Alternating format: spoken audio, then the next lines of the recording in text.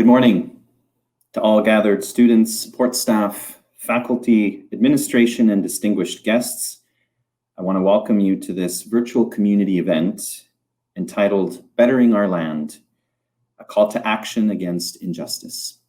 My name is Edgar French, and I'm the Spiritual Care Coordinator for the university. Before we begin this morning's ceremony, I would like to acknowledge the traditional territories upon which this community stands. It is customary that at gatherings such as these, we make this acknowledgement. But today, I want to make this statement as poignant as possible by inviting you to pause, to consider what it means to you personally and what difference it makes or it ought to make in your life. The University of Manitoba campuses are located on original lands of Anishinaabe, Cree, Oji-Cree, Dakota, and Dene peoples, and on the homeland of the Métis Nation. We respect the treaties that were made on these territories. We acknowledge the harms and mistakes of the past, and we dedicate ourselves to move forward in partnership with Indigenous communities in a spirit of reconciliation and collaboration. Several weeks ago, this land came to grips with the undeniable evidence of what many have known long ago. Our history, our nation, was founded on the deliberate subjugation and attempted eradication of Indigenous peoples. From Kamloops, British Columbia, to Cowessess First Nation, Saskatchewan, the recovery of children's remains proclaims a tarnished legacy of racism, hatred, and injustice. To be clear, this is not simply the picture of our past, but the overwhelming pain and lingering effects we carry to this very day. Their memory confronts us, implores us to consider how we, treaty people, will make things right and build a safer, more equitable land. The same question has been asked of us again, this time in the face of the heinous murder and terrorist attack inflicted against the Afzaal family in London, Ontario. Terror perpetrated against Canadian Muslims whose home this is, here in this corner of Turtle Island. While the impacts of these terrible events vary, we all feel it. No one is left untouched. Out of the shock and sadness, the numbness and disbelief, the rage and the deep grief, questions arise. How can we better our land? How can we, Indigenous, settlers, newcomers, move forward in a true spirit of reconciliation and collaboration? It is why student leaders and support staff, students from the Indigenous Students Association, the Métis University Students Association, and the Muslim Students Association have collaborated to organize this event and bring our community together. It is their hope that in doing so, we not only acknowledge the past and present injustices of racism in all its forms, anti-Indigenous, Islamophobia, anti-Black, anti-Asian racism, but that communally we recommit to author a new legacy. For members of these communities, this will involve the need to grieve and to heal at their pace and in their own ways.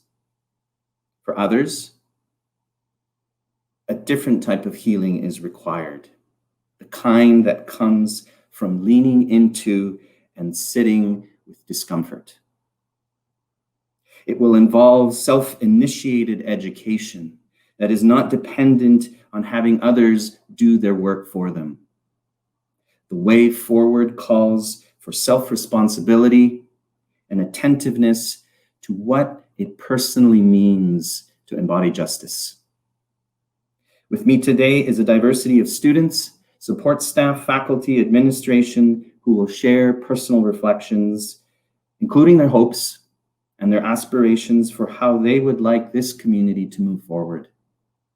It is our hope that in listening, we are all motivated to stand and embody lives of justice.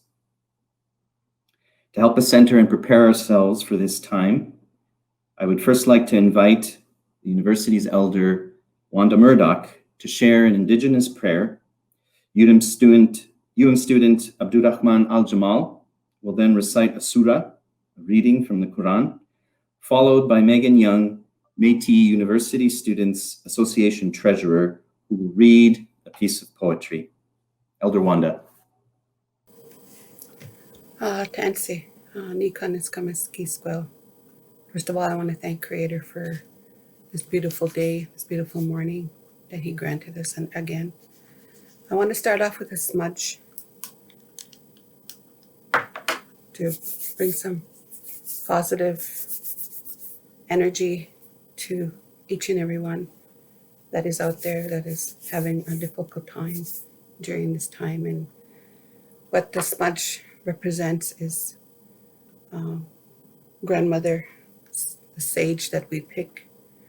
Also, the shell represents teachings when it comes to talking about shells. With this, I wanted to bring blessings to each and every one, and in a holistic way, in all ethnic backgrounds. And this is what we need more in our life, is diversity, and to come together and communicate together, worship together, walk together side by side, and to remember that creation is the universe of everything. So with that being said, I'd like to read these things that I collected over the years working with people. It says to keep an open heart. Everywhere you go these days, people are hurting and are being discouraged. Many have broken dreams. We've made mistakes along the ways. Sometimes our lives get really confused. What we need is God's compassion and His unconditional love. We don't need to judge or criticize each other. Really, what we're looking for is a friend, somebody who will be there to encourage us, who will take the time to listen to our stories and genuinely care. Our world is crying out for people with compassion, people who love unconditionally, people who will take the time to help their fellow men and women on this planet. Certainly, when God created us, He put His supernatural love in all of our hearts. He placed you in that potential to be kind, caring, gentle, with a loving spirit, because you are created in a Creator's image. You have immortal capabilities to experience God's compassion in your heart. If you want to live your best life now, you must make sure that you keep your heart open with compassion. We need to be on the lookout for people whom we can talk to and to help them be blessed. We need to be willing to be interpreted and inconvenienced if it means we can help meet everybody else's needs. You have the opportunity to make that difference in that person's life. You must learn to follow that love. Don't ignore it, act on it. Somebody needs what you have. So this is what was brought to my heart today, that all the things that we're going through, that there is healing in this universe, but it's up to us to follow through when we listen to our hearts. And how I come to that understanding is that sometimes we use our mind too much, and it confuses us in our journey, in our path. And what I've come to understand walk in this path is that I needed to use my heart to see what is in front of me. I have no control what brings tomorrow. It's up to the Creator to make that path for us and to have that loving spirit and to have that faith, most importantly, and to trust in His work. With that being said, I just wanted to let you know that I pray for the students, I pray for the staff, I pray for this world, the ones that are hurting all over the place, to be united with, because we are human race, all of us, and Creator created us in many different ethnic backgrounds, and this is where we have to come to learn about respect. We talk about the 7 teachings, to have that love, to have that respect. With that being said, I just want to say Ewasani. My name's Nika Niskamiski Squel. Ewase. أعوذ بالله من الشيطان الرجيم. يا أيها الذين آمنوا استعينوا بالصبر والصلاة إن الله مع الصابرين ولا تقولوا لمن يقتل في سبيل الله أموات بل أحياء ولكن لا تشعرون ولنبلونكم بشيء من الخوف والجوع ونقص من الأموال والأنفس والثمرات وبشر الصابرين الذين إذا أصابتهم مصيبة قالوا إنا لله وإنا إليه راجعون أولئك عليهم صلوات من ربهم ورحمة وأولئك هم المهتدون. أعوذ بالله من الشيطان الرجيم. يا أيها الناس إنا خلقناكم من ذكر وأنثى وجعلناكم شعوبا وقبائل لتعارفوا إن أكرمكم عند الله أتقاكم إن الله عليم خبير. صدق الله العظيم. All you who have believed, seek help through patience and prayer. Indeed, Allah is with the patient. And do not stay about those who are killed in the way of Allah. They are dead. Rather, they are alive, but you perceive it not. And we will surely test you with something of fear and hunger and loss of wealth and lives and fruits. But give God tightness to the patient, who when disaster strikes them, say, indeed we belong to Allah, and indeed to Him we will return.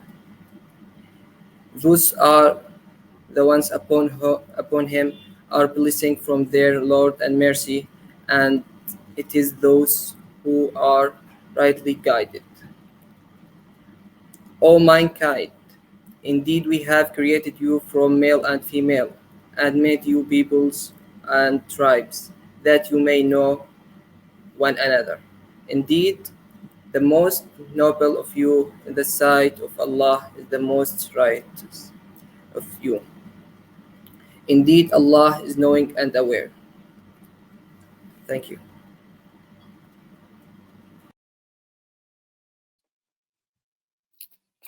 Hello, I will be saying a poem I have written myself, and it's called The Poem with No End.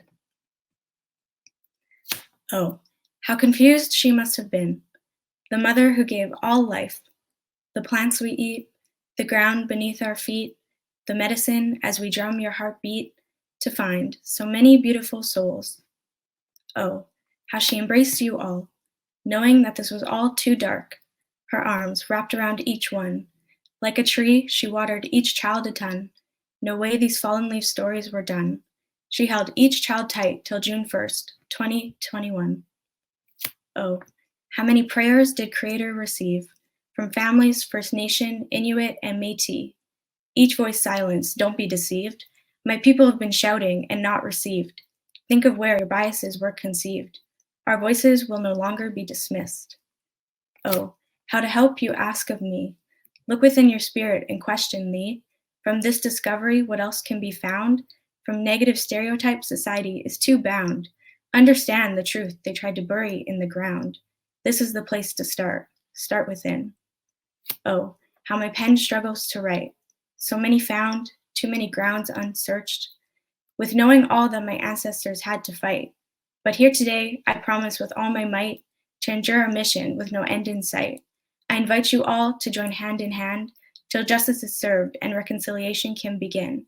Until then, we speak again. Until then, this poem has no end. Thank you.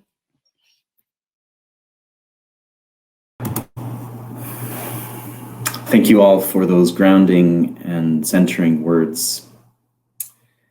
The reflections that follow speak to our collective need to journey on this path of healing and liberation. We cannot walk it for others. We must be attentive to our own steps. As the Indigenous Australian activist Lilla Watson has said, if you have come to help me, you're wasting your time. But if you recognize that your liberation and mine are bound up together, we can walk together.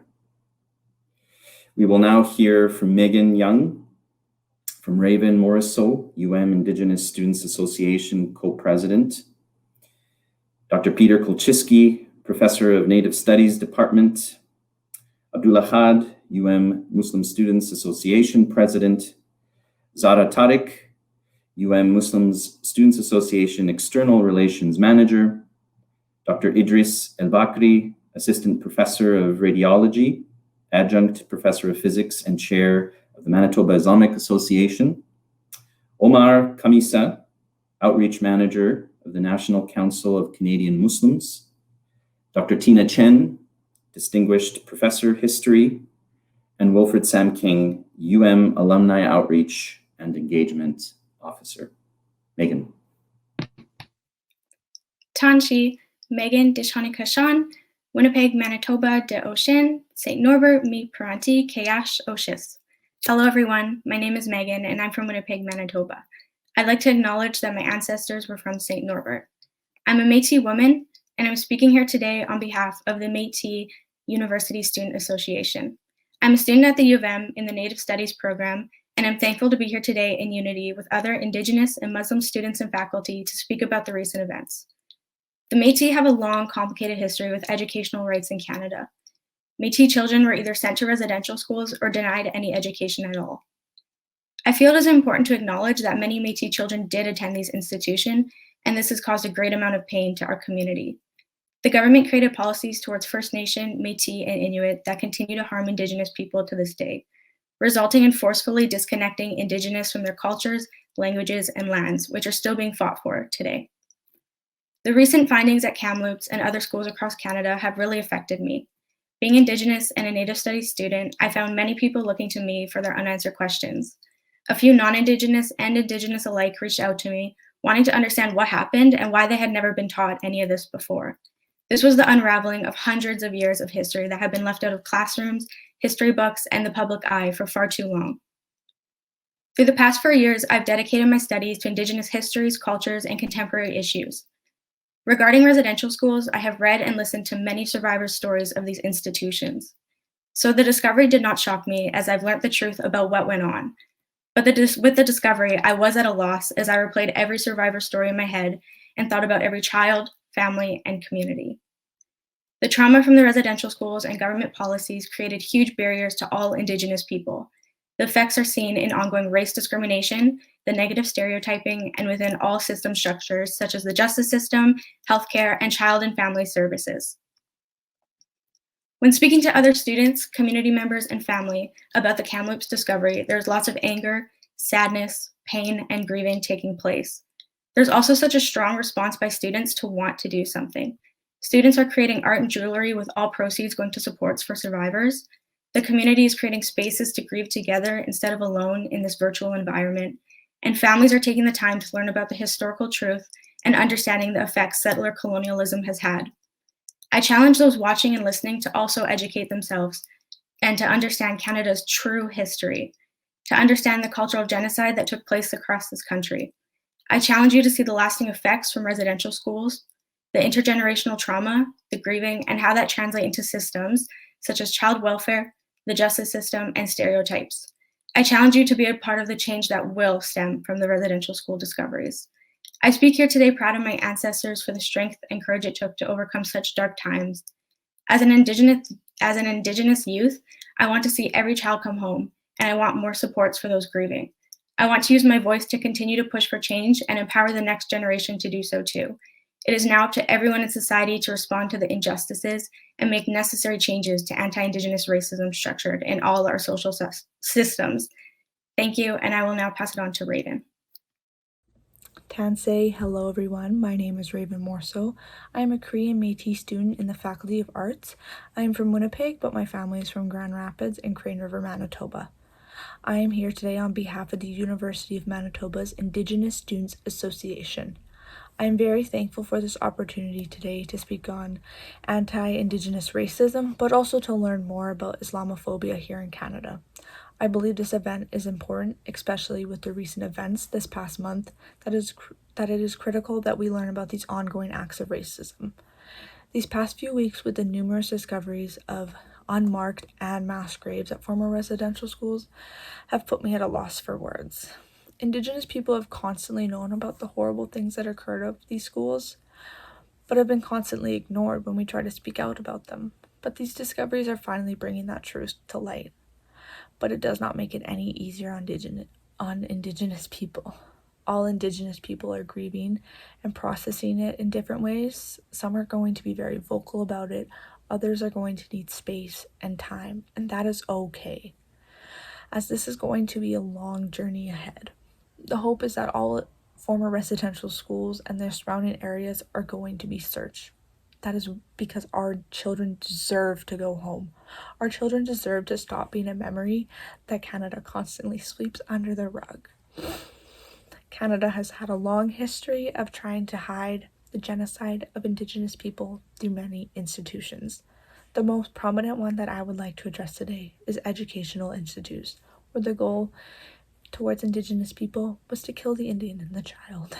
Every aspect of Indigenous peoples in our education system is being taught through a closed lens.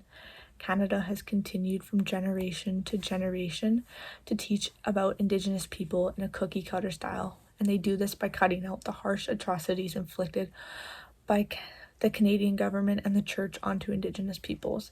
They are teaching Canadian students that Canada is a savior to Indigenous people and that it was just a friendship between two nations. Yet the truth is, it was the complete opposite.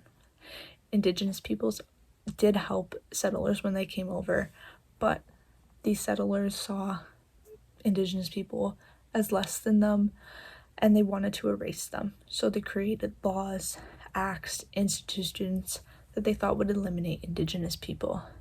It's pieces like the Indian Act, residential and day schools, systemic racism, and much more that schools leave out when they teach their students about Indigenous people.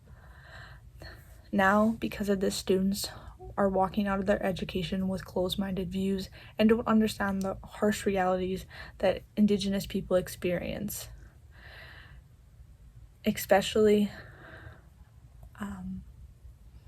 children don't understand the real violence and abuse that Indigenous people faced in residential schools. That truth was hidden until now.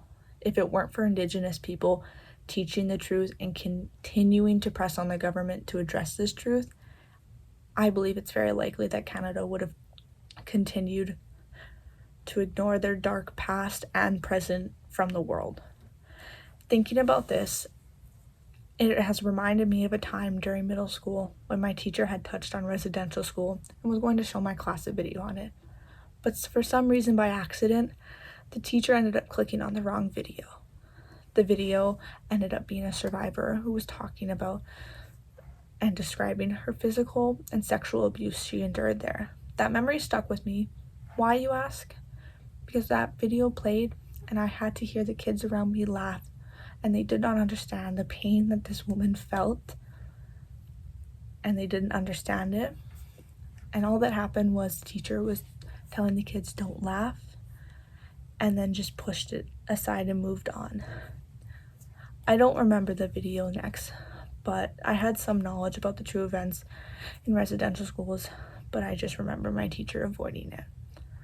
Their reason might have been that we were too young to learn about this, but the abuse that these kids endured, they were likely younger than I was when we were learning about this, so we deserve, in honor of them, to learn about that. But the only time I remember later on in my education being taught in a proper lens was when I had an Indigenous teachers. But that should not be a proper excuse. Institutions need to change the narrative they are teaching and stop shining Canada in this golden view of being nice and friendly when that is not close to the reality. The fact is, we are a country that was built on racism and genocide. My hope is that the institutions will better themselves to properly educate people, and this means bringing Indigenous people into the narrative of teaching the proper narrative of Canada. I want our future generations to learn the truth and not walk out of the world with a closed view. On top of that, current generations need to re-educate themselves, whether that is taking courses, reading books, and much more. There are so many places to find information, and especially with the world we live in, it's just a simple click away. There is no excuse why you can't do that. On a final note, I recommend, if you are able to either donate to the RISS or locally you can donate a pair of shoes in front of the legislative building in honor of the 751 kids found in Saskatchewan. On that note, that is all for me today. I hope that you are able to take something out of what I said today, and I hope you have a great day. Eguse. Good morning. I come from humble people, actually. I'm a non-Aboriginal person, but I grew up in northern Manitoba and I come from humble people. It's a big honor for me to be speaking with such a dynamic group of elders and sisters and brothers, and I'm honored to be here. I was asked to speak of my experience at residential school, so that's what I'm going to speak to. I grew up in northern Manitoba. From 1972 to 1976, I attended Frontier Collegiate, a residential high school in Cranberry Portage, Manitoba. I want to tell a brief, abbreviated story and make a few general comments. The year that I started, 1972, the school had just started to relax some of its older restrictions. So, for example, it allowed us boys to grow our hair long. We all wanted to be hippies, so we all grew our hair as long as we could. By October of 1972, I'd started there in early September, my hair was pretty long. So one day, late October, I'm walking down Highway 10 from the nearby gas station, having bought a Pepsi and a bag of chips that I could read and eat with, which is the great pleasure of life for me. As I was walking down the road, a car pulls up beside me and sort of crawls along beside me, and it's 4 white guys. Clearly they've been drinking, and they asked me to get in, come along. I'm like, no, I just want to go and read my book. They're like, come on, we'll have a good time. Get in, get in. I don't know these people. I just want to go back to my room and read my book. And so they're sort of trying to persuade me, and I'm saying no. And at some point, as I turn my head and I'm saying, I really don't want to go with you guys, I see someone from the back seat lean forward, say something to the driver, and then they peel out of there, actually spitting up gravel that just about hits me, and they're gone. For some reason, such a trivial incident stayed with me. And, maybe a month or maybe even a year later, I realized, okay, what was going on there was they thought I was a girl. They thought I was female. And the guy leans forward to tell the driver it's a guy. And so then the driver, in all masculinist fury, peels away. About maybe 15, almost 20 years later, I realized that this event had happened to me almost like 11 months after the brutal assault and murder of Helen Betty Osborne on that same highway, Highway 10, about 100 kilometers to the south of me. 4 guys picked her up in a car. And of course, they were not apprehended for a long, long time afterwards. And then even some time after that, it came to me that perhaps my whiteness, and certainly my gender being male, may well have saved my young life in 1972. These could well have been the 4 same guys or the same kind of guys up to the same kind of problems.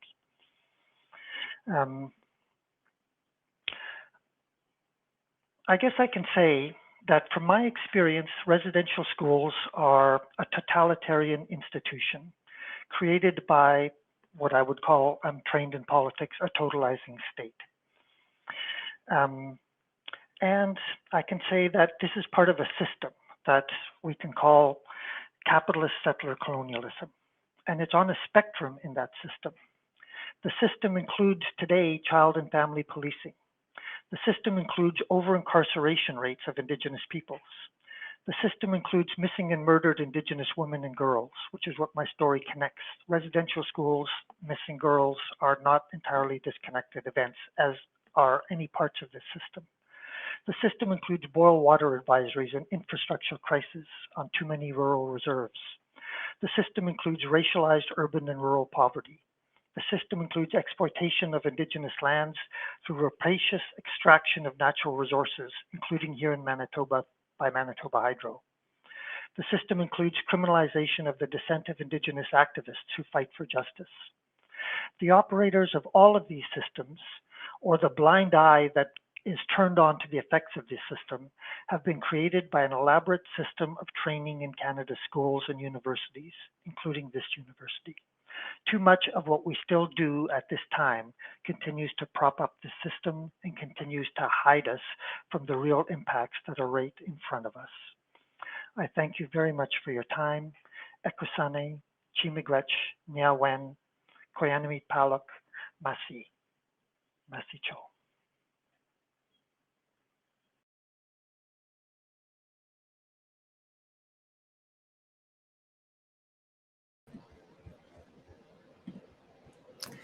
Assalamu alaikum wa rahmatullahi wa barakatuh.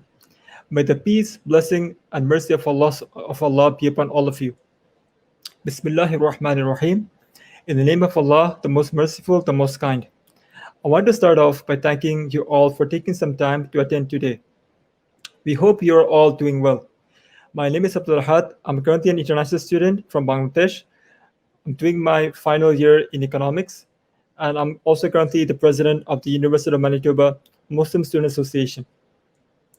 We have gathered here today as a community in the light of recent events that have occurred in our community at large in the month of June, a series of tragic events. One of them was on June 7th in London, Ontario, where the 5 members of the Afzal family who were out for an evening walk were hit and run by Nathaniel Weltman with his pickup truck. On June 15th, we witnessed the attempted attack by 2 men who wanted to illegally enter the Islamic Institute of Toronto. There were several violent threats, including bomb threats against the institution.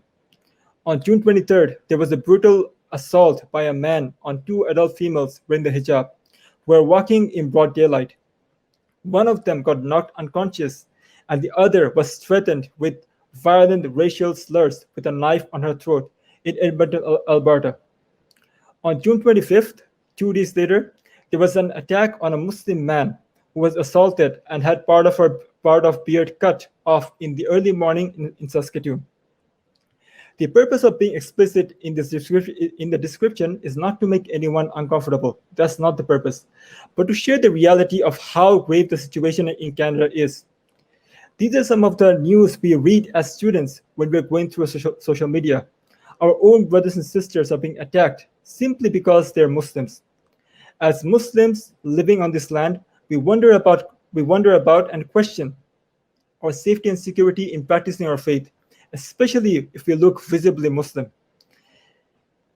It can be even more traumatizing for international students who are residing here alone without their family members.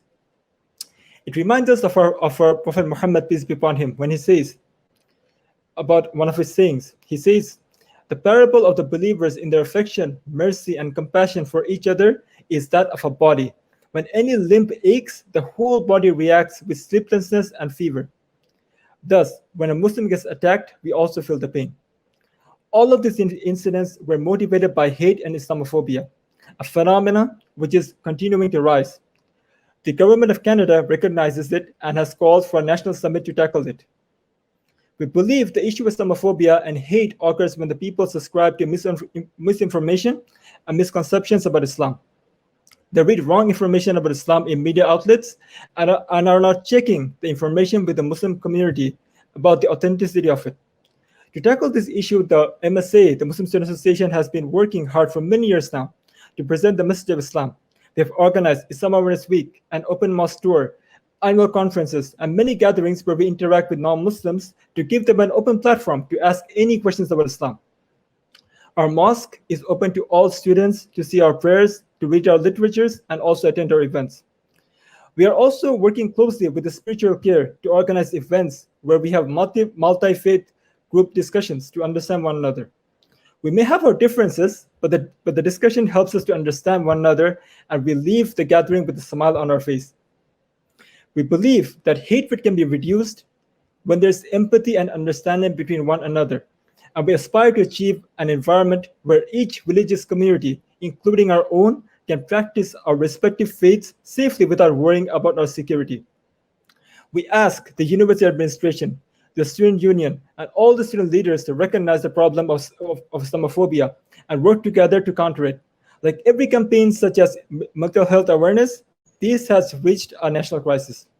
We also ask to continue to work with spiritual care closely to run workshops and events aimed at educating others about Islam and raising awareness. We'd also like to show tribute and condolences to the indigenous community, our brothers and sisters of UMISA, for what they've gone through. It's heartbreaking to witness the tragedies and what they've undergone. The MSA aims to work even more closely with the indigenous brothers and sisters more than ever before, and we hope the university administration and the student union will also do as well in the spirit of community and care. We would like to thank from the bottom of our hearts the UFM Spiritual Care, the UFM Community and English Learning, the UFM Indigenous Students Association, and the Métis University Students Association for the collaboration in organizing this event. Thank you for taking the time to listen and for the opportunity to speak. We hope we can all work together to foster an environment where there's no hate and Muslim students can practice their faith peacefully. Thank you. Assalamu alaikum. May peace and blessings be upon you. I want to begin by thanking you all for coming. Today we gather in mourning, remembrance, and reflection, and most importantly, as a call to sustainable and steadfast action. This year has been extremely heavy and very emotionally draining for a lot of us. The news seems never-ending and overwhelming, but we all know this may just be the beginning. The Islamic viewpoint on death is not very negative, and as Muslims, we're told not to fear death, but rather live in preparation for it. Islam represents a rather holistic view of death and symbolizes it as a passage into secondary life of the grave before we enter the final life of the hereafter. When people pass away as Muslims, we say, "To God we belong, and to Him is our return," and to each other as a form of expressing our condolences, and as a reminder that life was not something we own to be upset that it was taken away from us. Our mourning is limited to a certain time period as well to help us move on and to continue to appreciate life and our loved ones that have passed. Time and time again in sermons and in teachings, we're told to live our lives as if we are travelers or those passing by, because our time on earth is as short as that between the call of prayer that's given in our ears as Muslim children after birth and the prayer which is prayed as a part of our funerals. We are motivated by it to make the best of life and do and spread as much good as we can as in the preordained time we have. However, we can't ignore what affects us all. Our community is hurting and is victim to injustice, hate, and terrorism around us, and we require your support standing now to change this. We must not tolerate no more hate in our circles against any one of us. On authority of Abu Sa'id al-Khudri, may Allah subhanahu wa ta'ala be pleased with him, who said, "I heard the Messenger of Allah subhanahu wa ta'ala alayhi salatu wasalam say, whosoever of you sees evil, let him change it with his hand. If he's not able to do so, then let him change it with his tongue. If he's not able to do so, then with his heart. And that is the weakest of faith." The violent murders of the Muslim family in London, Salman Afzal and his mother Madiha and his wife Madiha, and his daughter Yumna, is disturbing and unfortunate. They didn't deserve to have their lives cut short because of hate. As a hate crime and an act of terror, it really forced me to pause and reflect. I myself am a visibly Muslim woman, and it could have been me or anyone I know instead of them in any given moment. I consider myself to be extremely lucky that although I've lived my entire life in Winnipeg, and my family is visibly Muslim and of Pakistani origin, we have had very minimal experiences with Islamophobia and many good interactions than bad. This is why the news coming out of London, Ontario, is very disheartening, and all across Canada is more shocking to comprehend than anything else. We've had many good experiences, and I consider myself a very proud Canadian Muslim Pakistani and an active member of my community. It's very difficult for me to comprehend and understand how another fellow Canadian could hate someone like me so much based on just my beliefs and the way I look to have killed me while I was out on an evening walk, which is something that many of us, my family included, absolutely love to do. I do that regularly. I walk around my hijab in my traditional clothes. It's the epitome of injustice and ignorance, a clear sign of lack of education, exposure, and tolerance. There is a clear structural bias that exists, and that's proven in the words of hate-filled leaders, discriminatory bills in the parliament, and the profiling of Muslim charities by the CRA. Now this is happening here at home in Canada more often than not. Then we must take action to prevent this. It feels close to home and it's very personal. This is the result of years and years of bias, full of propaganda, poor leadership, fear-mongering politics, and media coverage that causes Islamophobia and violence like this. Terrorism, violence, racism, white supremacy, hate crimes, and hate speech are alive and well today in Canada, and that there is leadership at all levels globally that's allowing it not only to breed in our society, but continue without repercussion and take away the lives of our brothers and sisters, our elders and youth. It exists from coast to coast of this country, and the personal accounts I've heard from people experiencing Islamophobia are terrifying. We must hold our leaders accountable for what they say to promote hate, and recognize that many of us carry privilege to be able to initiate change safely while others suffer. If you watch the emotional vigil kept for Afzal's family in London, Ontario, you must have heard one of the speakers say what happened in London and what is happening in Gaza, Palestine is absolutely connected to this, and most definitely is. Injustice anywhere is a threat to justice everywhere. We have a responsibility to uphold justice. If you've been keeping up with the news, you'll know that there have been numerous acts of hate against visibly Muslim people in Alberta and Saskatchewan this week. Knives are being kept at the throats of people that look like me out of hate, and you have a responsibility to prevent this from happening again. You must stop this using your words, your hands at the very least, your heart. Line up with what you see and do and believe what you think is right. We have a lot of work to do to remove this hatred from our society, raise awareness, spread education, become strong, inclusive, fair, and just communities for all of us. Our activism cannot be selective and must be intersectional. There is an inherent interconnectedness in nature of social categorizations regarded as creating overlapping and interdependent systems of discrimination or disadvantage. Al-Noman ibn Bashir reported, the messenger of Allah subhanahu wa ta'ala, peace and blessings be upon him, said, the parable of believers in their affection, mercy, and compassion for each other is that of a body. When any limb aches, the whole body reacts with sleeplessness and fever. From Indigenous injustice in Canada to Asian rights to Palestine to the Uyghurs in China, to the farmers of India to Colombia, to the Black Lives Matter movement to Kashmir, to the Kurdish movement, to anti-Semitism and Islamophobia, and even protecting international student healthcare rights at the University of Manitoba. We have work to do to become true humanitarians and remove hatred and biases from our circles. And beyond, I believe this campus is the best to start. Our university should, without exception, treat all humanitarian rights equally and work hard to remove all forms of racism and injustice from our campus community and beyond. University of Manitoba members are directly and indirectly affected by all of this. The university and UMSU have a powerful and persuasive voice that sends ripple effects through our large population and should stand firmly in protection of their students, their freedom of speech, activism, human rights, and safety. We expect this and demand impartial empowerment for issues here in Canada and all around the world of the leaders. We expect more, and we expect the protection of our rights to freely practice our religion. And we speak the truth and wear hijab and grow our beards without fear. It's our collective responsibility to make Canada as a whole and valuable Muslim communities and in particular safer. I'd like to appreciate the bravery of neighbors, first responders, and the amazing support that we've received and the importance of diversity all around the world, right here and in our own university. Thank you again for all the work that you do, and thank you for being here for us and expressing your support to our community. And it means more to us than we'll ever be able to express. We never have to gather here to mourn lives lost because of hate again. Enough is enough, and may the souls we've lost rest in peace, and may we all be given strength to become better and make our community safer for all. Thank you.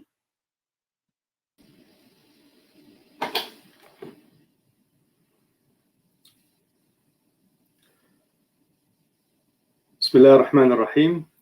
In the name of God, the most merciful, the most compassionate. Assalamu alaikum, everyone. Peace be upon you. I am grateful to be able to join you today. I wish to thank the organizers for bringing us together. I want to salute the courage of the students we have with us today. Megan, Raven, Zara, Abdul Ahad, Abdul Rahman. Thank you all for sharing your voices with us.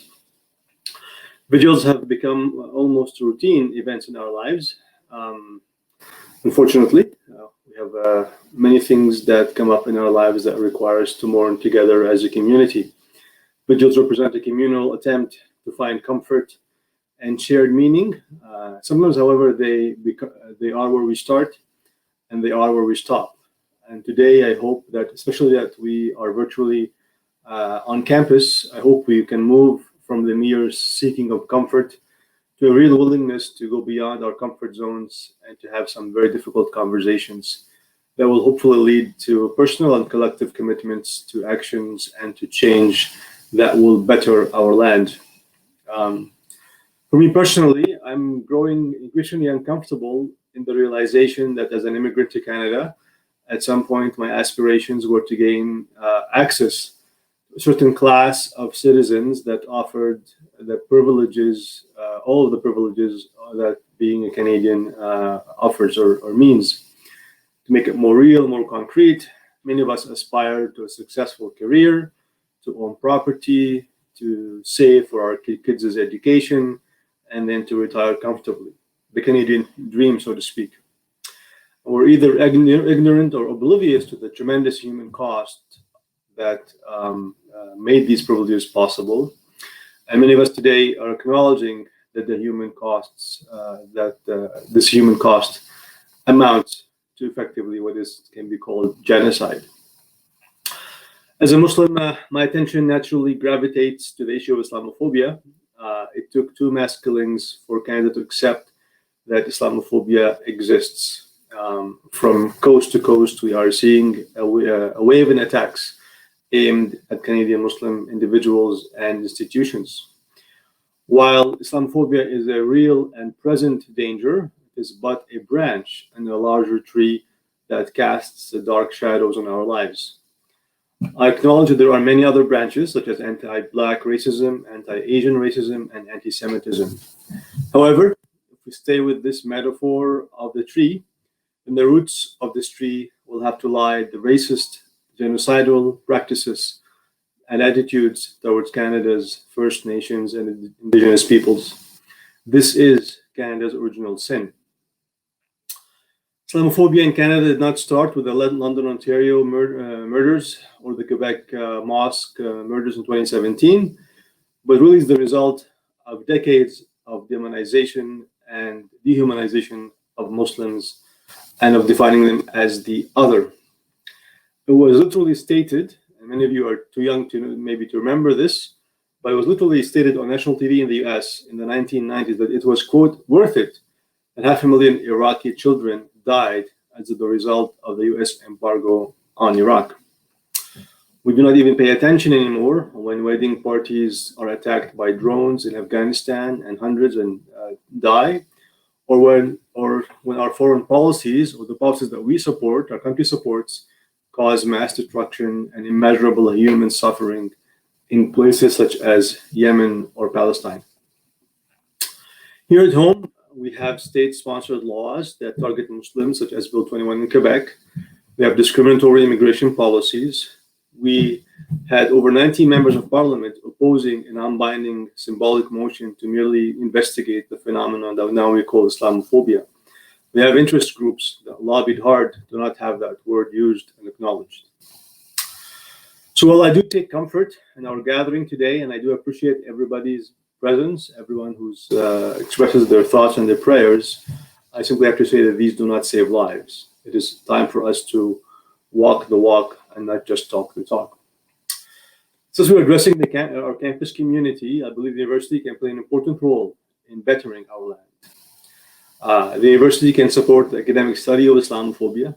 The university should make an investment in Islamic studies and increase capacity at spiritual services by adding a resident imam or chaplain trained in Islamic sciences to complement the excellent work that Dr. Natasha Ali has been doing on the mental health side.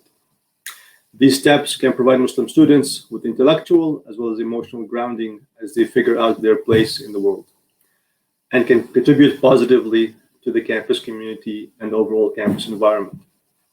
A wonderful model is the collaboration that took place between the Muslim community in Edmonton and the University of Alberta, which led to the establishment of a professorship in Islamic studies, whose holders were very much part of the Muslim community, as they were members of the campus and university communities and rigorous academics.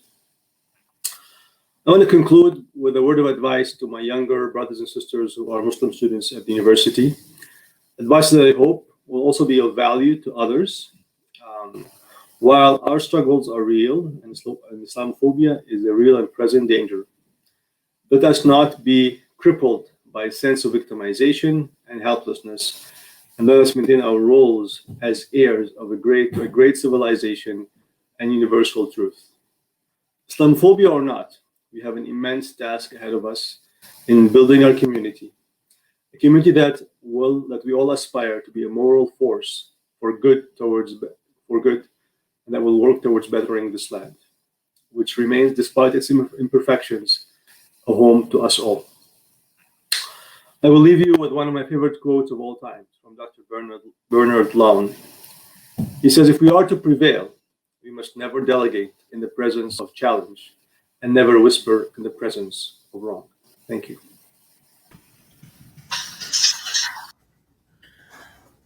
Thank you guys so much for having me.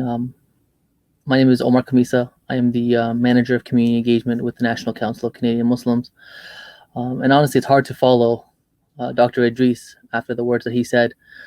For those, before I even begin, I do want to acknowledge that the National Council of Canadian Muslims is an organization that fights Islamophobia coast to coast across Canada. And we recognize that NCCM and the work that NCCM does takes place on the traditional territorial lands and ancestral lands of the Indigenous people occupied by Canada. And it's something that we have to remember.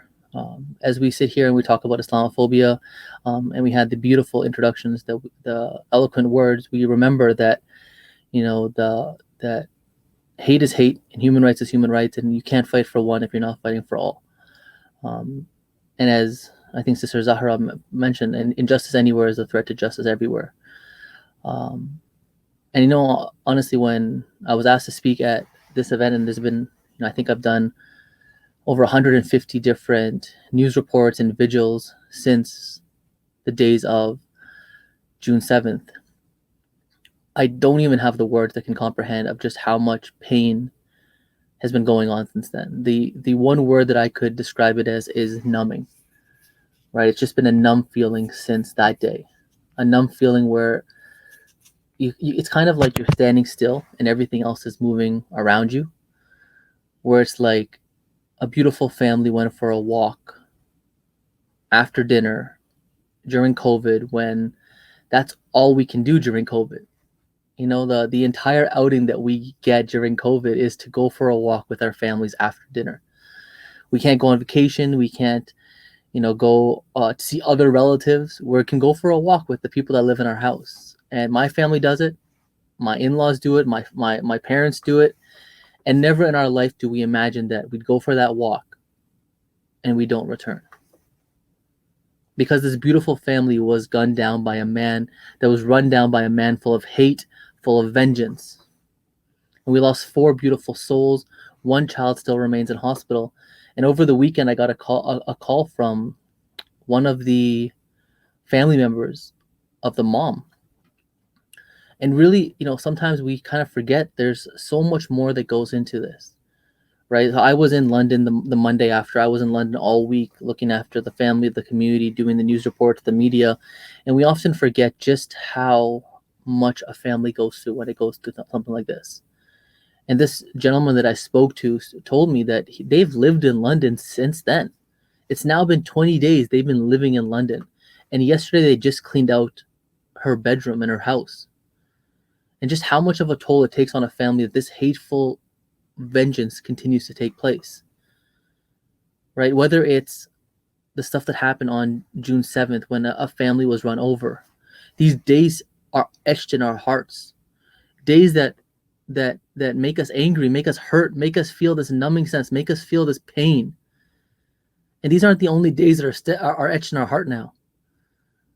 We have January 29th, 2017, when a man walked into the Quebec City Mosque and opened fire at a congregation. We have September 12th, 2020, when a man sitting outside a masjid to stop people from coming in because of COVID protocols was walked up behind him and stabbed in the neck. And now we have our London family. Days that are etched in our soul. And you know, the craziest thing to me is that when people come to Canada, when folks come to Canada, we come to Canada because you get to practice your religion the way that you want to. Whether you're a Muslim, whether you're of the Catholic faith, whether you're of the Jewish faith, of the Hindu faith, of the Sikh faith, whatever it may be, you can practice your religion here free, without any persecution, without worrying of any kind of repercussions. And this family went for a walk and didn't come home just because they're Muslim. And this picture of this ideal country, this ideal nation, has started to show us how much work we need to do.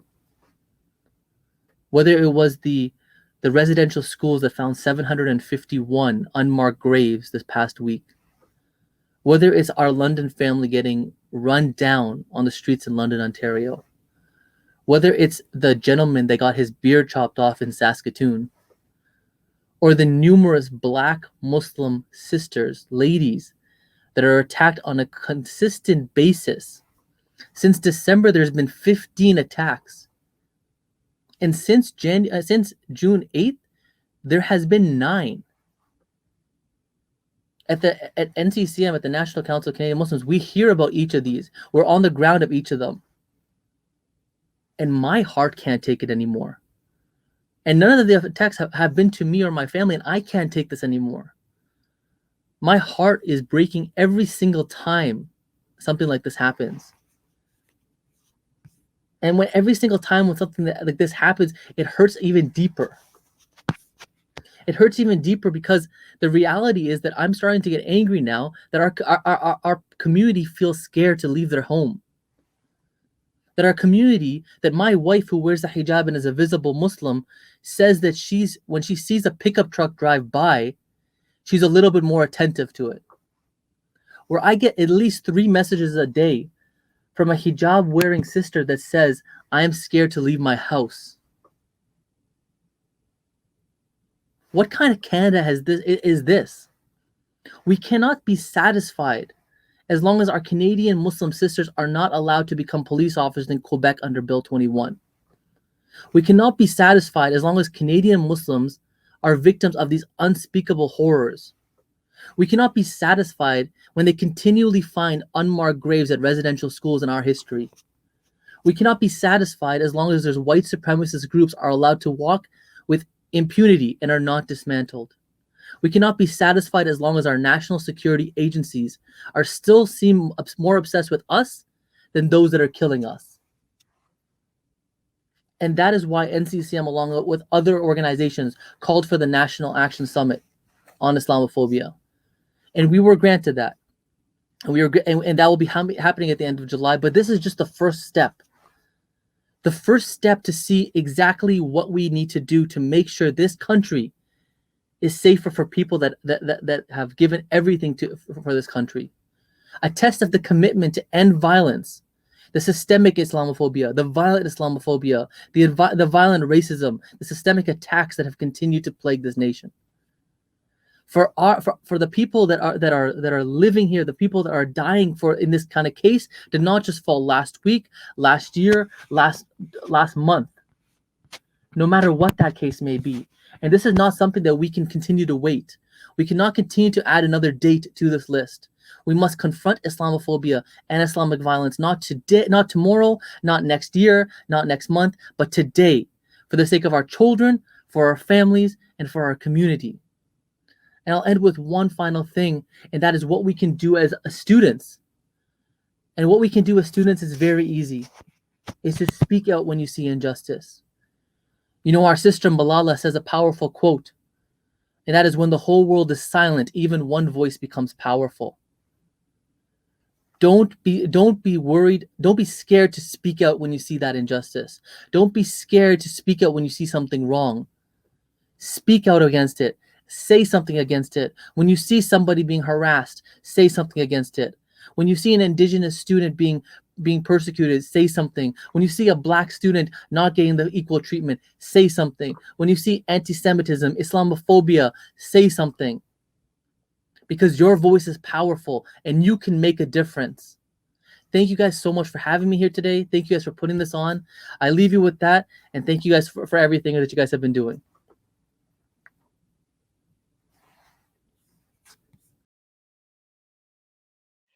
Well, good afternoon, everybody. I am incredibly humbled to have been asked to join this event today. And I speak to you as someone of mixed race. My father is ethnically Chinese, born in Burma, grew up in India and in Europe, and then made to Canada. And my mother is from Northern England. And I come as well, I think, intending to speak from the heart, which as a faculty, as an academic, is probably the least comfortable place for me. I tend to speak from what I learn, what I feel like I know and can explain. And I think we are all in a moment where it feels like there are no words, but there is a lot of explaining. And so I share a series of reflections that I feel resonate with so much that's already been shared today. And I just want to begin to say that, you know, as we're here sharing, reflecting, committing to action, I'm mindful that yesterday was National Multiculturalism Day. And this is a day that I have great ambivalence about, because while there is value in empowering communities to celebrate themselves, the very official policies of Multiculturalism Canada have at their heart been a project of state management of people. They're a way of training us as Canadians to look away from structural inequities resulting from systemic racism in health, education, justice, and all sectors. And they invite us to become very complacent in this idealized belief that Canada can be home to everyone if we just remove politics from the picture and celebrate diversity as colorful experience. And here in Winnipeg, we are all very familiar with, and I'm sure many enjoy events like Folklorama, but the explicit idea that your culture and celebration is to be done without politics, I would say, are part of the very silences and the invitation to silence that so many have already talked about as being at the heart of much of the violence that then we are asked to tolerate and sustain. Obviously, the realities of Indigenous people in Canada, of Muslim Canadians, of Black Canadians, of racialized people in Canada, including the diverse people who fall under the umbrella of Asian, these realities tell us celebration on the terms of the state, when done against a backdrop of silence on racism, is not a reflection of our truths, and it's not a reflection of our communities. We know all too well that violent acts of murder enacted on individuals from each community in the past year, that this is the case. We also know about the everyday acts of violence, the microaggressions, and the impacts these have across generations and across families. And so today I'm really reflecting on the ways in which different racisms are produced in and through long and complex processes of colonialism and capitalism. And what connects them is their shared idea that and commitment to dehumanizing some to ensure power, profit, and privilege for others. I reflect how these have developed into discourses and practices of exclusion that are at the foundation of Canada as a nation, and the individual and state violence perpetrated on those who are perceived as unwilling to strive for the belonging, whether it's through education, assimilation, model minority status, and this has certainly been a huge topic of conversation in Asian communities and the groups I'm part of. Where do we sit with complicity? How has model minority status really worked to divide and conquer in many ways? And so we know that those who don't strive for this, that the violence is enacted on them. As Edgar and so many have talked about today already, these are not processes of the past. They are also our present. And they will be our future if we don't commit to listening and hearing the impact and unlearning, dismantling, reconciling, and transforming. And I guess as I'm listening today, I really am brought back to much earlier in 2021 when the Canadian government declared China's treatment of Uyghurs a genocide. This was understood at the time as a brave international move. But I think what we need to remember is this wasn't so brave, because part of the evidence that they brought forward was the taking of children from their families without any contact, without knowing they were, and the forced assimilationist education that we see happening in Northwest China, in Xinjiang. We also need to remember that the Canadian government supported China post 9/11 in labeling Uyghur movements in Northwest China as terrorists, and they supported China's vision of economic progress for the 21st century, and in large part have made this human rights secondary, at best, to relationships that ensure we can benefit from this vision. That is, we all became very complicit as members of a Canadian and as people living in Canada of systems of power, privilege, and profit. And I reflect on this because it tells us about all the work that needs to be done. And so I'm really here today to mourn, grieve, acknowledge shortcomings, and to commit to friendships that would be rooted in radical solidarity. That is, a friendship that is more than nice words when we all need comfort, but that is one that considers how colonialism, imperialism, and related land dispossession for centuries in Asia created the conditions for global migrations, and ones in which, for those who came to Turtle Island, to Canada, they then made their lives on stolen land, and many internalized the lessons that to belong meant to strive for white proximity and to celebrate our differences beyond politics. My hope, I guess, and as it's been evolving, as we think and learn this last year in particular, my hope is that friendships for the future will find strength in the resilience that we've all built as we've been required to survive racism in Canada, but that we will not make resilience and silence in the face of racism and misogynistic violence a virtue. Rather, we will listen, hear, and learn from each other. And we will know that our solidarity is based in supporting the resistance to systemic and individual acts of racism, so that none of us are silenced by fear associated with violence, and that is only too much part of lived experiences for too many racialized people. Terror requires fear. Fear to silence stops change from coming. And so what I would say is that, I hope we will keep each other in our hearts at all times to ensure that we feel, think, act based on the complexity of relationships past and present, and that we work for bettering our relationships to each other and our land. And as Elder Wander Murdoch began by saying, that in that way we can walk together into the future.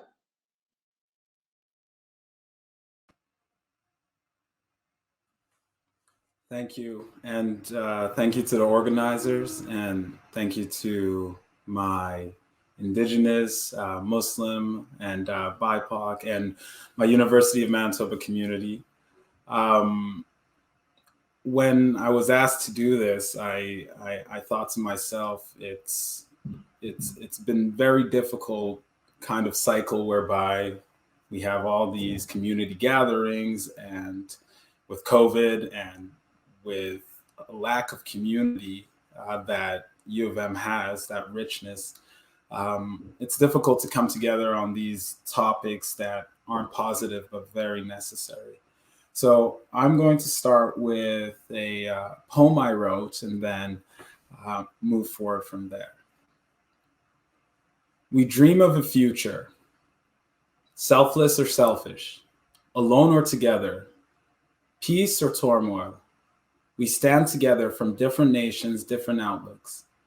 Embrace or ridicule, leave or join. Similarities and differences. Dehumanize or over-empathize opinions. Veiled perspectives or projected viewpoints. There is more that connects us than separates us. There is more we can do. More together, hope together, fly together, dream together, be together. We dream of a future. And as I was preparing for today, I started reflecting on 2020, on everything that happened with the George Floyd murder, the rallies, and I wanted to speak about empathy. I wanted to speak about hope, and I wanted to speak about the future, because often when these big tragedies happen, especially with the residential schools, there's a lot of people that become re-triggered, and especially the elders and the people who are in direct relations to some of these horrendous tragedies. And there's a positive to the media, there's a positive to social media, but more often or not, it's the folks that are affected the most. The BIPOC folks, our Indigenous brothers and sisters, our Muslim brothers and sisters. And more often, what ends up happening is they're required to now not only become some form of encyclopedia or all-knowing, but they don't have the time to grieve. They don't have the time to really stop and pause. It's almost like, well, what can we do? How can we change it? And some folks might be ready to just jump right in and be part of those immediate change agents, but some people need time, and they need solace, and they need to reflect on themselves before they can give even more of themselves to others to help through that process. And during the height of the rallies, I was so thankful for the Indigenous Center, McGizzy, all my fellow colleagues and friends and community at the University Center. They gave us a platform to speak and to share, and not in the form of provide us with what we need to do, but more so, how do you feel? How can we better approach what's going on, or just share on what's in your heart? And that's very important, because not everyone is the same. Not everyone mourns the same. Not everyone even builds the same reflections and has the ability to move forward. And a few weeks later, there was a rally for Aisha Hudson, and there was a stark difference there. The hype, social media buzz from the Black Lives Matter rally versus her rally. I stopped and thought to myself, has that same empathy for George Floyd been conveyed for Aisha Hudson? And unfortunately, the answer was no. And I think that's where the issues lie, is when there's overwhelming attention, it is easy for people to come to the table and say, we stand in solidarity, we are your allies. But what's happening when no one's speaking about it? What's happening when governments, other organizations choose to ignore it? And that's where I believe it goes back to these communities, these conversations whereby those who are change agents can share with the larger community. And the University of Manitoba has done a wonderful job doing this. Coming in as a student, I had to address some of my implicit biases and implicit racism. And that's probably hard to hear as a black person, but we all have to address those things. And these community townhouses whereby we get to share make a very big difference. So once again, I thank you all, and I hope we all walk in empathy, strive for connection, and continue to build community. Thank you. Thank you to all those who organized this opportunity to come together and express our commitment to create a better Canada. Across the country, we are learning of unmarked graves and the remains of children at former residential school sites, and we know there will be more. We are also hearing, far too often, of violence motivated by racism. The recent horrific attack on the Afzal family in London, Ontario is yet another example. We can't look away.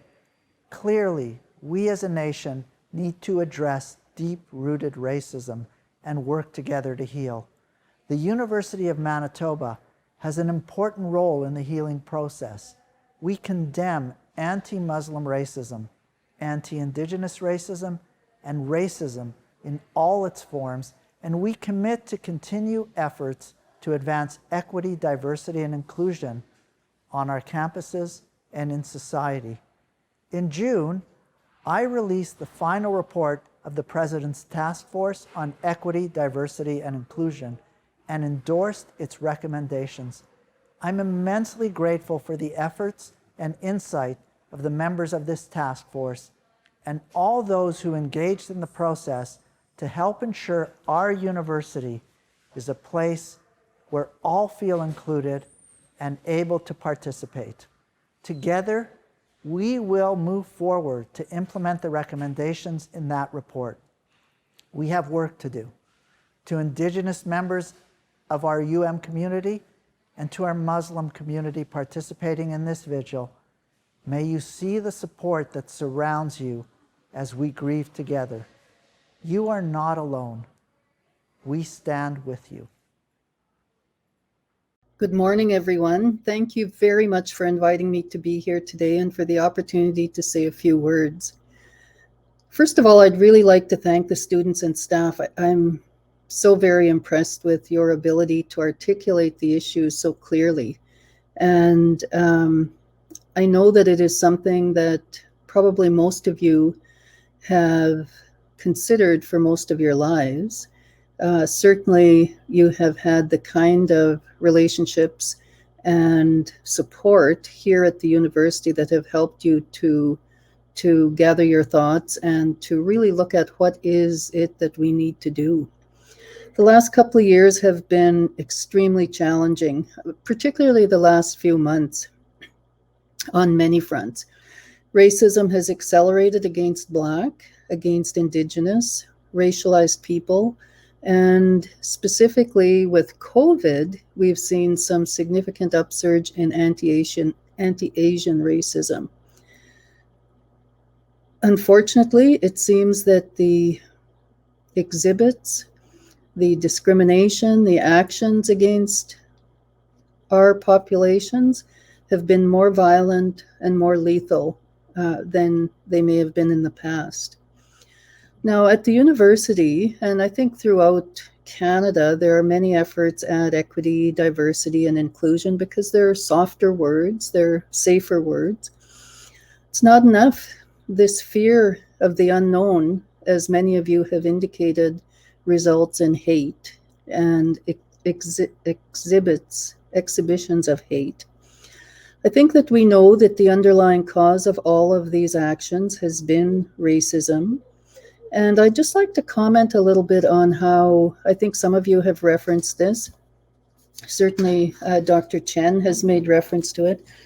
But the underlying cause for racism in any country, other than the fear of the unknown and the fear of those who are different from us, is that our countries have engaged in the enforcement of legislation and policy that have been established to essentially marginalize all of those people that are perceived by current governments as less than favorable.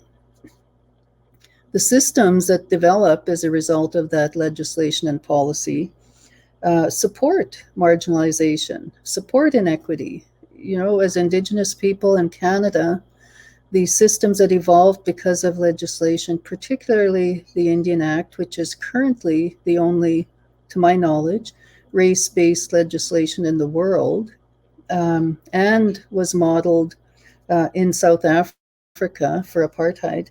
But that legislation allowed the development of systems in the area of education, which is by far and away our most critical asset in terms of being able to live good, healthy lives. Education, justice, child welfare, and health, just to name some of the four bigger areas that we really need to consider. Inequity is prevalent, limited access. There is very little that that is done to combat the kind of racism and discrimination that we see. And it's partly because of that that the university has begun a process to address some of these issues. We've had lots of events. Many of you have mentioned them already. The deaths of several unarmed young Black men in the United States, the death of George Floyd. We've seen the deaths of young Muslim family in Ontario who were just out for a walk. There have been violent assaults on Asian people as a result of the fear around COVID. And most recently for us in the Indigenous community has come the very solemn news of a history that we knew. We've always known, we've always believed our survivors, that there were many children that were buried in unmarked graves. We've always known that there were children that didn't come home. Most families can tell you about an aunt or an uncle that just did not come home. And the parents lived their entire lives knowing that they had been responsible for these children who were taken and they've never come home. Can you imagine the agony and the pain that people would have lived with through that? So I think that it's something that we all know our own history a bit better than we know the others. And I think that it's not that different. We have been treated extremely unfairly, and it's time that we come together, support each other. We have learned that we are stronger together. We have learned that we can support each other, that we can create safe spaces for each other, that we can understand the pain that people are going through, that we can actually understand the unfairness of the legislation and the policy that keep us separated from mainstream Canada. So I think it's very important that we continue to stand together and that we continue to build each other up. I just want to comment as well that the university at large has started a couple of efforts. Certainly the establishment of the Office of the Vice President Indigenous has been a means for us in the Indigenous community to strengthen our Indigenous leadership at the university, but also to connect with our community in a very strong way so that we can address the organizational and systemic issues that have made it such a challenge for Indigenous students. We have begun the process. Well, we have established the EDI's task force, Equity, Diversity, and Inclusion, and there are many recommendations from that task force that will have an impact on some of the work that we do. Probably the biggest thing and the one thing that I'm most excited about, well, second to the Office of the VP Indigenous, of course, is the beginning of the development of an anti-racism strategy. One of the recommendations that came out of our leadership review in 2019 was the need to establish an anti-Indigenous racism strategy. We have begun that work through the work of Christine Sear and Megan Menzies, and that will be incorporated into the larger anti-racism strategy that has been initiated by our president, Michael Benarosh. Very well supported by our vice presidents, and I really look forward to the kinds of impacts that we can make. And I would hope that many of you will participate in the development of the content for some of this strategy as well. So with that, I'll stop and just say, please continue to stand together with us and let's build each other up. We need culturally safe spaces, and we've already shown that we can do some of that. So thank you so much again for all of your ideas, your thoughts, your concerns. I'm so impressed with your grasp of the issues. Thank you so much. I'd like to start by thanking the community for coming together to organize this call to action against injustice event, and for inviting me to speak on behalf of the International College of Manitoba. Thank you. Over the last several weeks, there has been a series of tragic events taking place, from the recovery of hundreds of murdered children at residential schools, to the Muslim murders in London, to the increased rates of anti-Asian hatred heightened during COVID, and ongoing systemic oppression negatively impacting Indigenous, Black, and people of color. To communities and individuals who have been directly impacted by these tragedies, I extend my condolences. While these events may be the ones that are immediately top of mind, they are not new, they're not unique. They've been the reality for many despite years of denial and oppression of these realities and these circumstances. These events are inexcusable, they're tragic, they're unacceptable. Coming together to have these conversations, taking the time to educate ourselves, challenging our past learnings and those of our friends, our peers, and our colleagues, acknowledging these realities and committing ourselves to be active participants in reconciliation and social justice are critical for the success of mending and supporting our communities. We all have a responsibility to learn of past harms, to acknowledge present issues, and to commit to reconciliation and social justice through thoughtful and intentional action. As an educational organization welcoming newcomers from all parts of the globe, we commit to work in culturally appropriate ways to ensure an inclusive, safe space for everyone, including being active participants in countering cultural, racialized, and other forms of discrimination on campus, in the greater Winnipeg community, and beyond. Thank you. Hello. On behalf of the University of Manitoba Students Union, I'd like to say that we are shocked and heartbroken at the discovery of the remains of 250 Indigenous children at former resident school in Kamloops, as well as the numerous others found across the country. This tragedy is truly devastating and a painful reminder of the incredible injustices that were committed against the Indigenous people. The horrific abuse that Indigenous children have suffered after being taken away from their families and being stripped of their language and culture, and the intergenerational trauma that has occurred as a result must not be forgotten as we move forward in the spirit of reconciliation. I'd like to acknowledge the large Indigenous community we have here at the University of Manitoba and offer my condolence to them during this difficult time. UMSU stands with residential school survivors and those affected by them as we collectively grieve this tremendous loss. In addition, UMSU openly supports the City of Winnipeg's decision to revisit the street named Bishop Grandin, named after a prominent proponent of the residential school system. I'd also like to remind students that the University of Manitoba campuses are located on the original lands of the Anishinaabe, Cree, Oji-Cree, Dakota, and Dene people, and on the homeland of the Métis Nation. We respect the treaties that were made on these territories. We acknowledge the harms and mistakes of the past and the present that we continue to see happen today. We dedicate ourselves to moving forward in partnership with the Indigenous community in a spirit of reconciliation and collaboration. This past month was Indigenous History Month, with National Indigenous Peoples Day being recognized and celebrated on June 21st, but every day we must strive to reconcile the mistakes of the past. When it comes to the terrorist attack that occurred in London, Ontario, I can't imagine the pain that the Muslim community must feel right now. As someone that lived in London, Ontario, it's extremely shocking to know that something like this could ever happen there.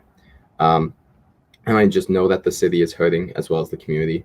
I hope that we're all able to band together during this difficult time, and I hope that everyone knows that the University of Manitoba Student Union is here for their students and that there should be no hesitation to reach out. Thank you.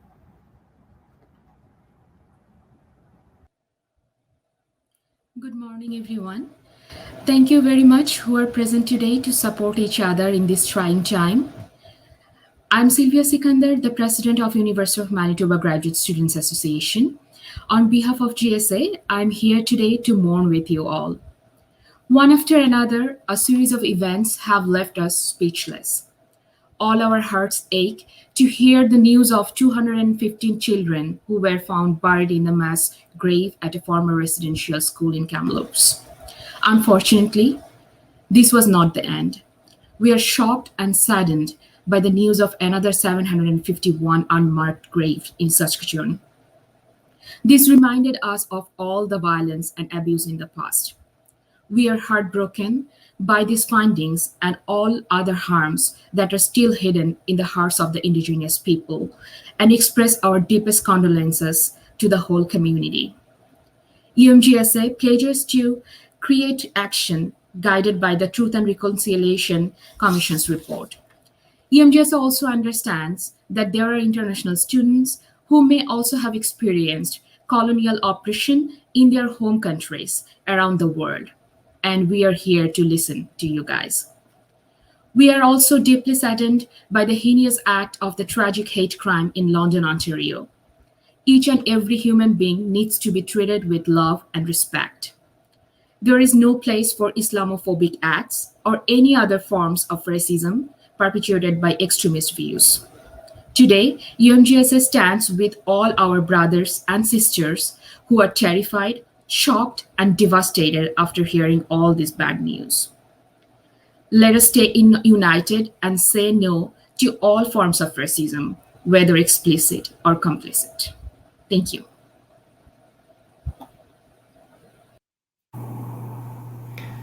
Thank you, administration and student presidents, for your reflections and for your commitment to the work at hand. To remind us of the resolve and the commitments that perhaps we have been making already, and that have been a reminder through the words that we've been hearing, we will end our time together now by hearing a poem read by Elder Gary Robson, an Anishinaabe elder from the Peguis Reserve, a traditional drum song from UM Elder Carl Stone, and a dua, a Muslim prayer to end our time together, recited by Mariam Mohammed, UM Muslim Students Association Media Manager. Let us walk together towards justice.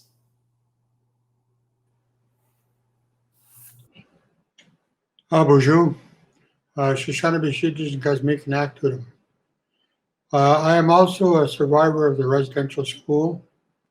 I spent 10 years in the boarding school system. And when I came out of that residential school, I was a survivor. It was the elders in that taught me how to live through ceremony. And now I'm starting to write some poetry that I had thought about to try and help some of our people understand, and maybe them too, that they might get on with living. So say miigwech to each one of you for being a part of today. I'll read this poem. It's called At This Doorway. At this doorway stands a pile. This pile is at the doorway of a residential school. Who left it there, you might ask? The children entering, that is who. What is in this pile, you might ask? All that they knew, that is what. Where did this pile come from? It came from the elders, where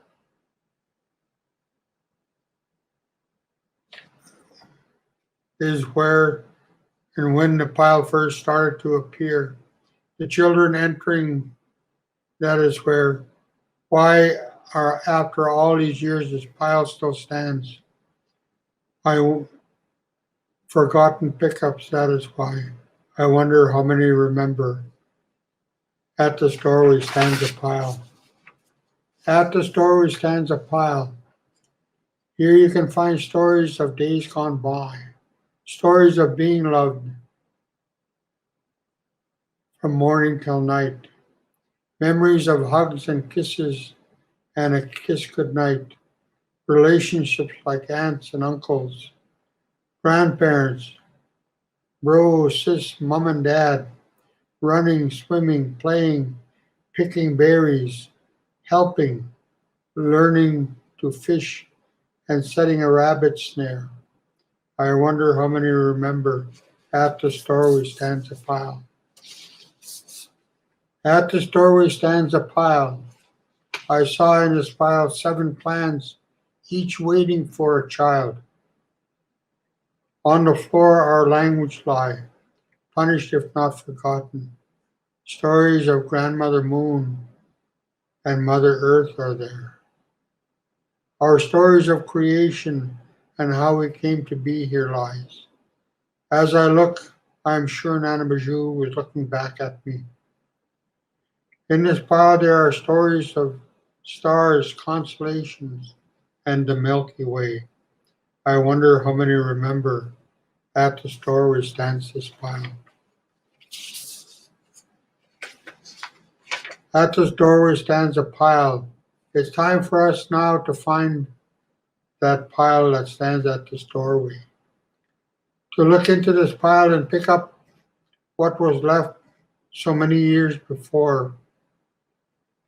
These stories of our history, relationships, and our connections to the past.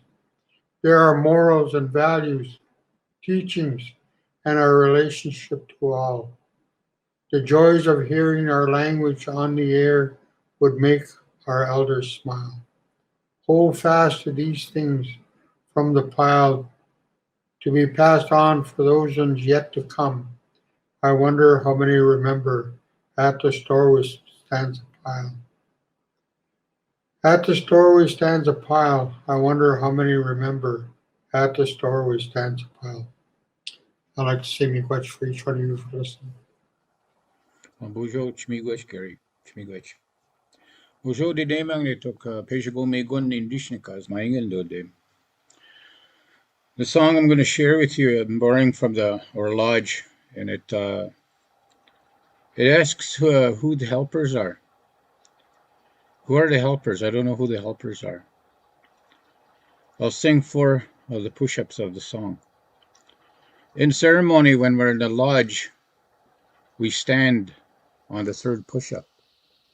We identify ourselves. I am the helper, and I will stand. And I hope that many of us, and those of you listening to this broadcast, will stand and be that helper. And I want to say to miigwech to all the wonderful speakers that spoke and shared their life, you know. And I say thank you again. Pejagumi gunni indishin cause my do them.